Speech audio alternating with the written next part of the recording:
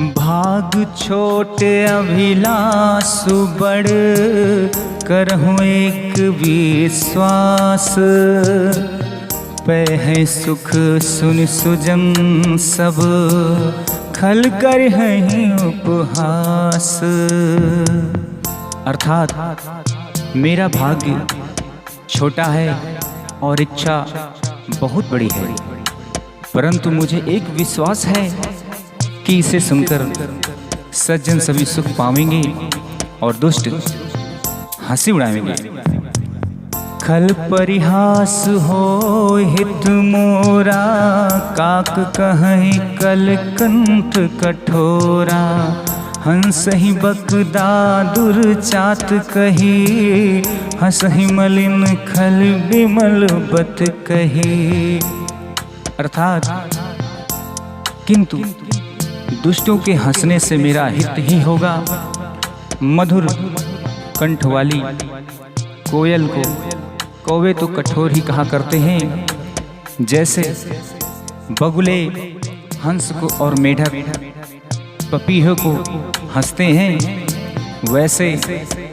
वैसे ही मलिन मन वाले दुष्ट निर्मल वाणी को हंसते हैं। कवित रसिक न राम पद ने हूँ, तिनका सुखद हास रस एहो। भाषा भनित भोर मत मोरी, हंस बेजोग हंसे नहीं खोरी। अर्थात जो ना तो कविता के रसिक हैं और न जिनका श्री रामचंद्र जी के चरणों में प्रेम है, उनके लिए भी यह कविता सुखद हास्य रस का काम देगी। प्रथम तो यह भाषा की रचना है, दूसरे मेरी बुद्धि भोली है, इससे यहाँ हंसने योग्य ही है। हंसने में उन्हें कोई दोष नहीं है।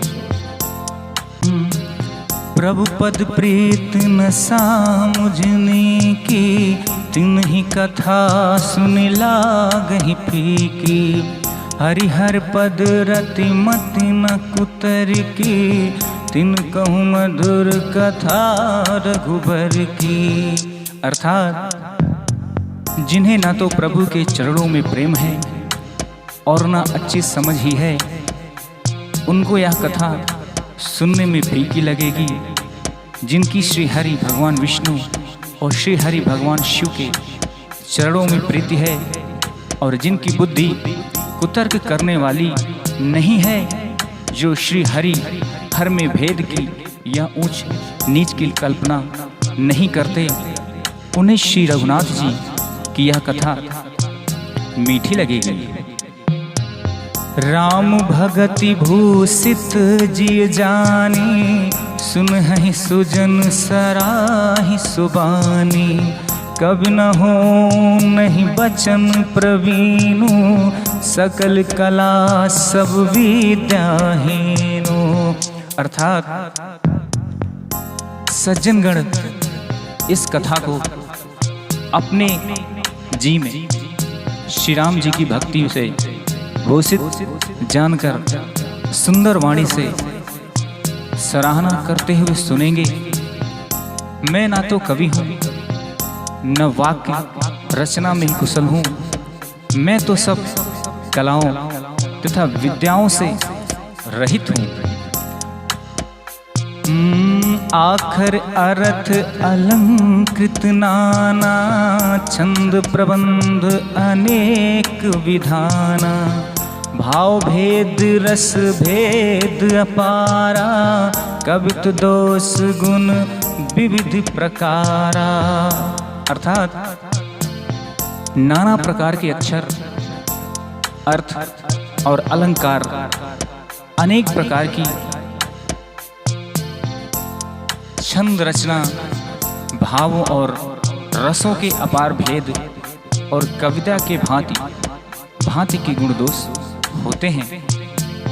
कवित विवेक एक नहीं मोरे, सत्य कहूँ लिखी कागद कोरे। उनमें से काव्य संबंधी एक भी बात का ज्ञान मुझ में नहीं है। यह मैं कोरे कागज पर लिखकर शपथ पूर्वक सत्य सत्य कहता हूँ। भनित मोरि सब गुण रहित, विश्व विदित गुण एक। सो विचारी सुनि हई सुमति, जिनके विमल विवेक। मेरी रचना सब गुणों से रहित है, इसमें बस जग प्रसिद्ध एक गुण है। उसे विचार कर अच्छी बुद्धि वाले पुरुष जिनके निर्मल ज्ञान है इसको सुनेंगे। एहि मह रघुपति नाम उदारा, अति पावन पुराण श्रुति सारा। मंगल भवन अमंगल हारी, उमा सहित जेहि जपत पुरारी। इसमें श्री रघुनाथ जी का उदार नाम है जो अत्यंत पवित्र है, वेद पुराणों का सार है, कल्याण का भवन है और अमंगल को हरने वाला है, जिसे पार्वती जी सहित भगवान शिव सदा जप किया करते हैं। भनित विचित्र सुख विकृत जो, राम नाम बिनु सोह न सो।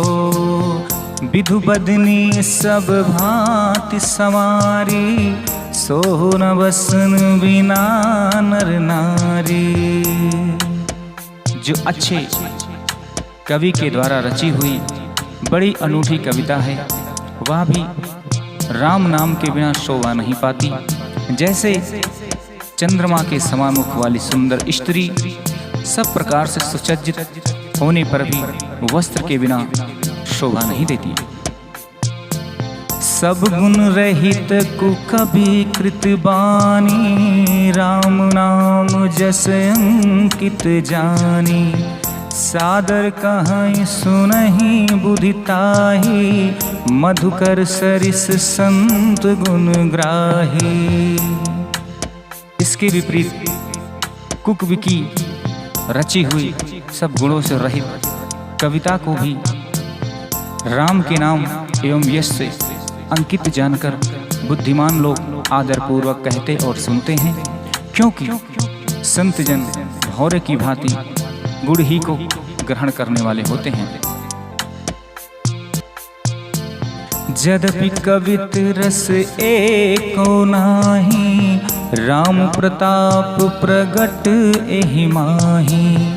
सोई भरोस मोरे मन आवा, केहि न सुसंग बड़ापन पावा।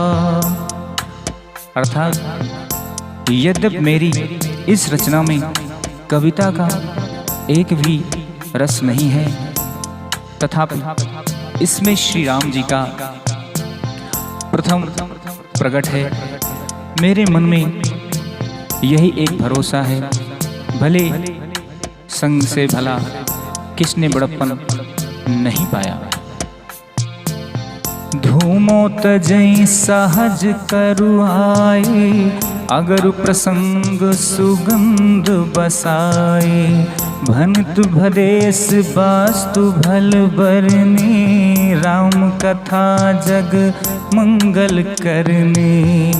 अर्थात धुआं भी अगर के संग में सुगंधित होकर अपने स्वाभाविक कड़वेपन को छोड़ देता है। मेरी कविता अवश्य भद्दी है, परंतु इसमें जगत का कल्याण करने वाली राम कथा रूपी उत्तम वस्तु का वर्णन किया गया है। इससे यह भी अच्छे ही समझी जाएगी। मंगल करन कलिमल हरन, तुलसी कथा रघुनाथ की गति। कूर कविता सरिस की जो, सरित पावन पात की। प्रभु सुजस संगति भनित भली हुई, है सुजन मन भावनी। भव अंगभूति मसान की सुमिरत सुहावनी पावनी। तुलसीदास जी कहते हैं कि श्री रघुनाथ जी की कथा कल्याण करने वाली और कलयुग के पापों को हरने वाली है। मेरी इस भद्दी कविता रूपी नदी की चाल पवित्र संग से यह कविता सुंदर तथा जलवादी नदी गंगा जी की चाल की भांति टेढ़ी है। प्रभु श्री रघुनाथ जी के सुंदर यश के संग से यह कविता सुंदर तथा सज्जनों के मन को भाने वाली हो जाएगी। शमशान की अपवित्र राख भी श्री महादेव जी के अंग से संग से सुहावनी लगती है और स्मरण करते ही पवित्र करने वाली होती है।